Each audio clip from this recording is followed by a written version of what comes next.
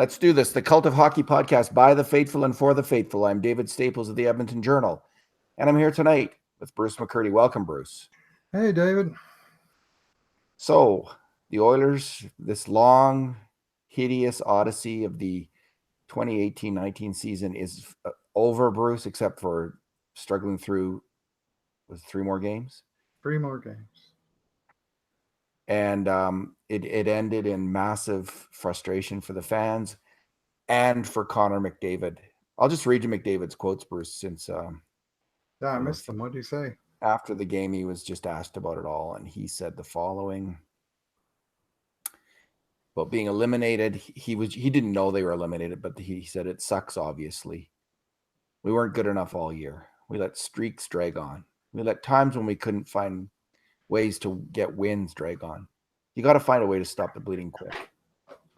It's a slim margin of error in this league. Then he said, it's been an insane season.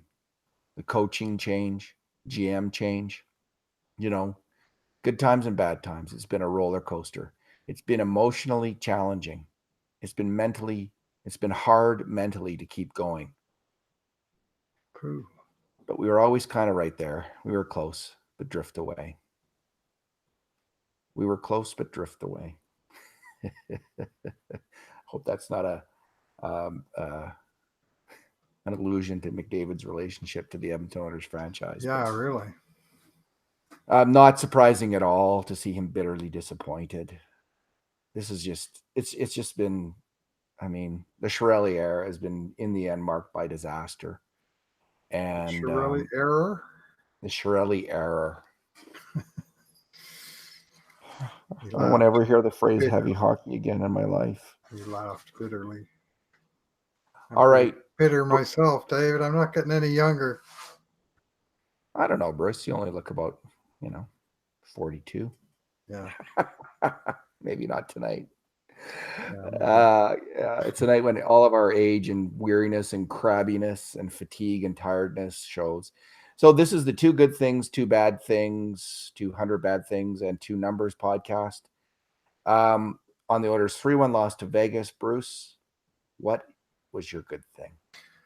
Yeah, searching long and hard, but I have to go with 1, maybe 2 glimpses of Connor McDavid late in the first period. Actually, maybe it was in the second period now that I think about it.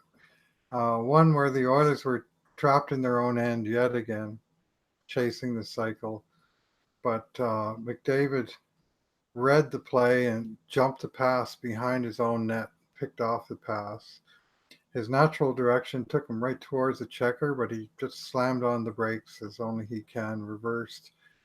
He made about a 60-foot lead pass to Zach Kassian at the blue line. Kassian went through the neutral zone. By the time he dropped it back to McDavid, McDavid was maybe 15 feet behind him. He just zoomed over, overtaken the entire gap and charged into the zone, and nothing came of it. But just the whole way the play got reversed, and the puck got going in the right direction. It was such a refreshing change from really most of the game.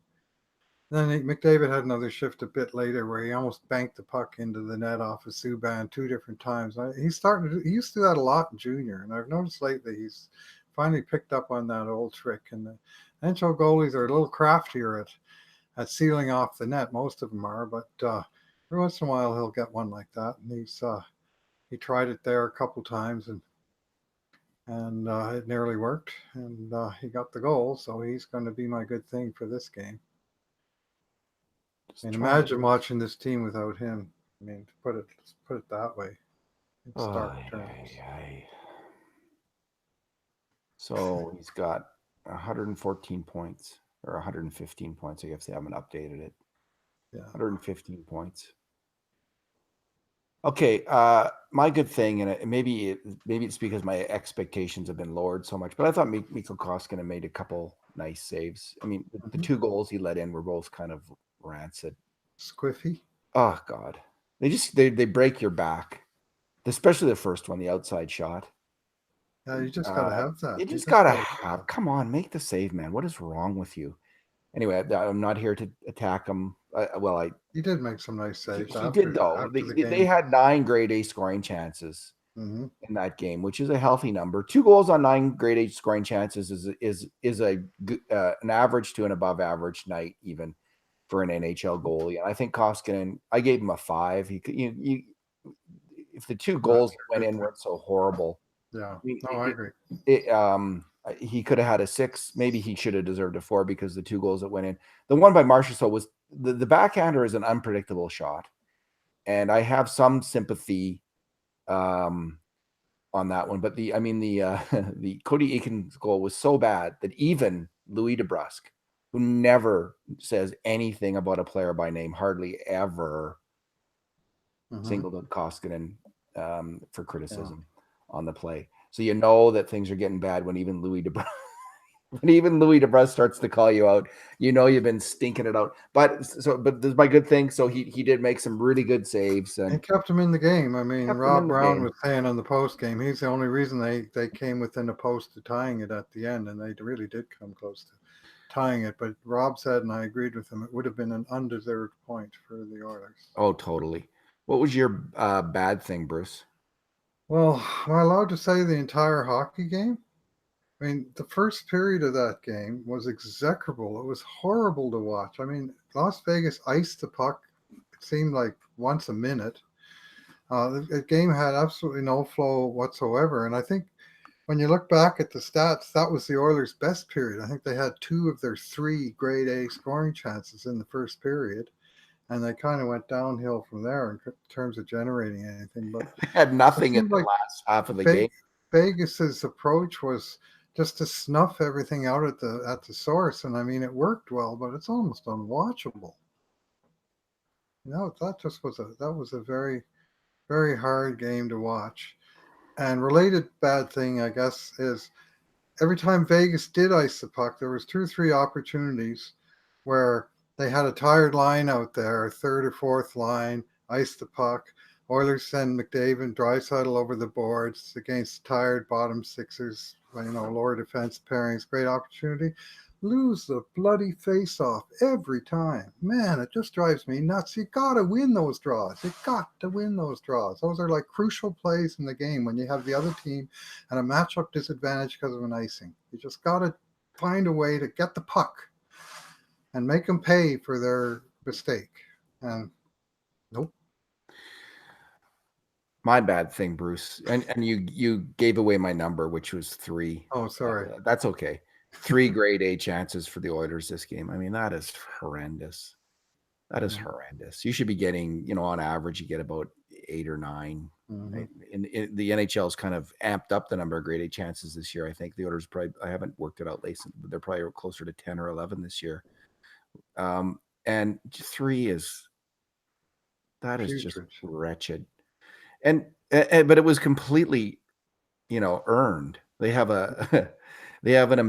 team has an embarrassment of non-riches on the attack, and that's they have these 3 fabulous attackers, but so my bad thing, Bruce, is the Oilers take out Brodziak, Reeder, and Kara from the game. All richly deserved demotions, by the way. I mean, Brodziak and Reeder shouldn't have been playing in the last half of the year, frankly.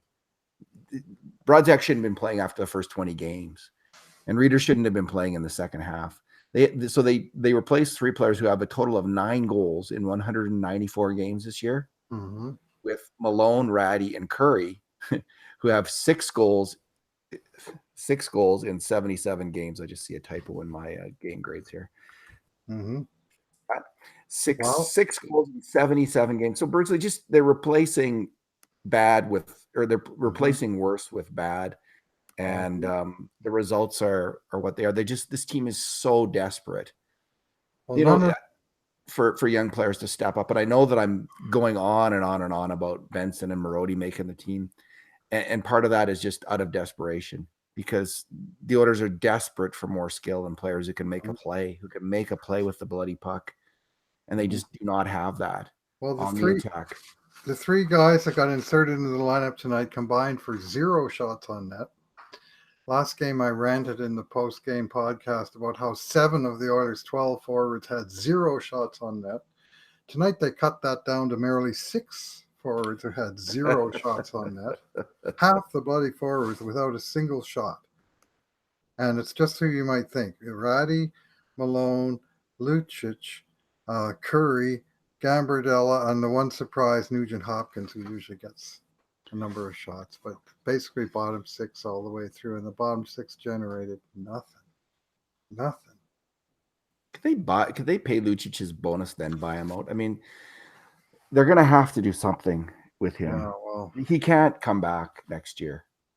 And a lot but Brodziak can't come back. Reeder's not coming back. All these guys, they just got to clean house and they got to do whatever they can to find some more skilled hockey players. Well, as I said last game, Lucic's contract is the 4 horsemen of the apocalypse, right? He's got too much term, too much average annual value, no move clause, and it's buyout proof by all the bonuses that were put into it. Like literally, Chiarelli's got the Oilers cornered on every front with Lucic's contract. There's no way to get rid of it without basically eating all the salary.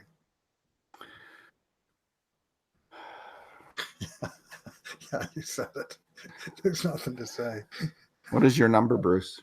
Well, I got a whole series of numbers, and I don't want to pick on one player particularly, but this is so spectacular that it's worthy of mention. This is Joseph Gambardella, who I like and who has impressed me throughout most of his time up here. But boy, tonight he was in over his head. He played 7 minutes and 34 seconds, and the only stat of any kind he put up was a shot block. But what was more impressive was his on-ice results. In just 7.5 minutes, the Oilers attempted 2 shots, Vegas 17. For unblocked shot attempts, it was 0 for the Oilers, 12 for the Vegans. For actual shots, it was 0 to 8. For scoring chances, it was 0 to 8, and for high danger scoring chances, which is similar somewhat to the stuff we count, 0 to 7. That's in 7 minutes of action. Plus that line change. That line change was totally on him, Bruce. I know Hitchcock was you could lip read him. He was cursing up a storm, but that was on Gambardella. He went for the puck. He was indecisive for a split second. Yeah, but Bruce, he went for the puck enough that the Vegas player had to dodge him. Okay. And another player was on the ice. That is too many men. That was a correct call by the official, and that was on Gambardella because he signaled to come off, and then he thought, "Oop, I'm going to make a play." He just, as a coach, I don't know. Hitchcock seemed to be swearing at the ref, but he could have been swearing at Gambardella because that was on the player. Yeah, anyway, he just wasn't with it tonight, and he looked out of his league literally. And he did, and that was the first game where he's really looked that bad. I mean, it's hard to get going with 7 minutes of ice time, but this is one of these where he certainly didn't earn more. Well, Bruce, let's leave it there. You had a number that was 3. Okay, 3. And the Oilers actually got 2 power plays tonight. First time in 8 games.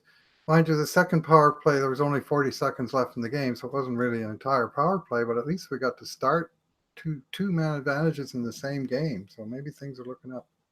And I saw Sam Gagner. That was the tip by him at the end there, putting it off the post. Oh, right across the goal line. Right across the goal line. But as Rob Brown was saying, and you mentioned, if the Oilers had gotten a point. And you know what, Bruce? At this point, they're playing for lottery position nowadays. They are. Regulation losses. It's not the worst possible outcome. I'd rather we saw a decent game in the process, mind you, but. Yeah, we can all put on our GM hat now and think, oh, well, if they lose.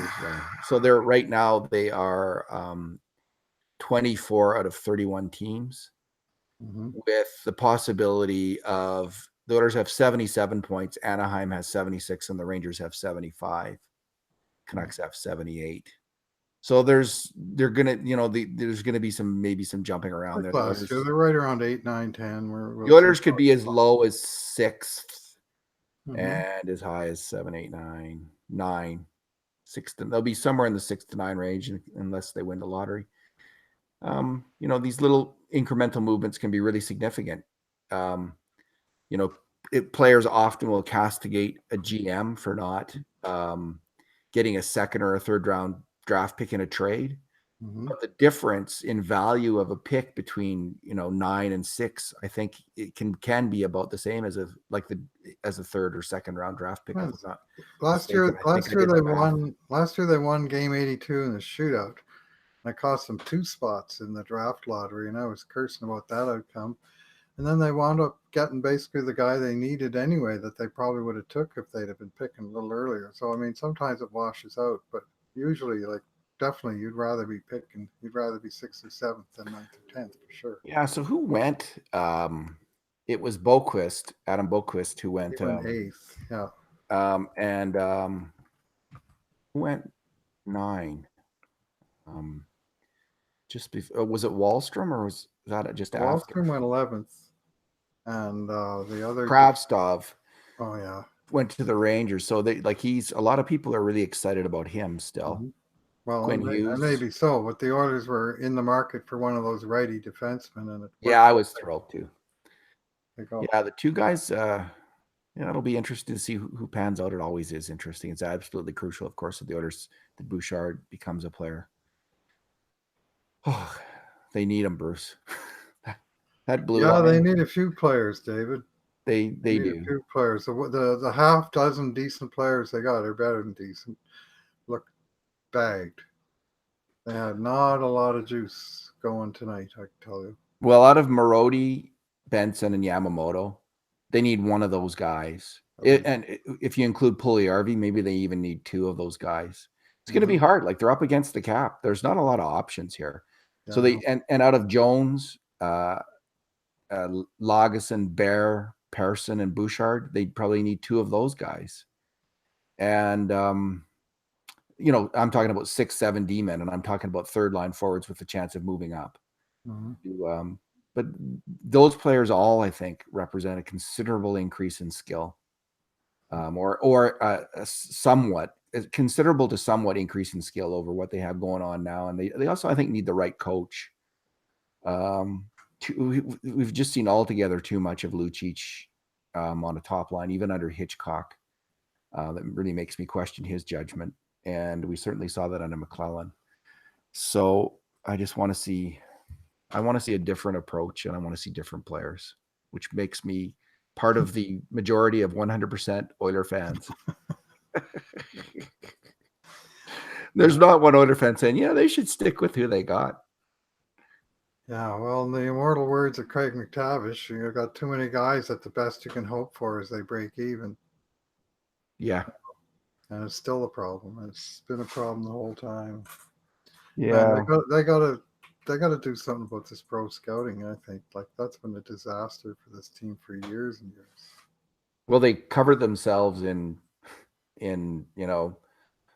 horse manure this year with their work. Just it's hard to find a move other than maybe the Chase on signing that worked out. I guess Koskinen at $2.5 million arguably was okay, but other than that, it's just been a disaster. Just one terrible move after the next.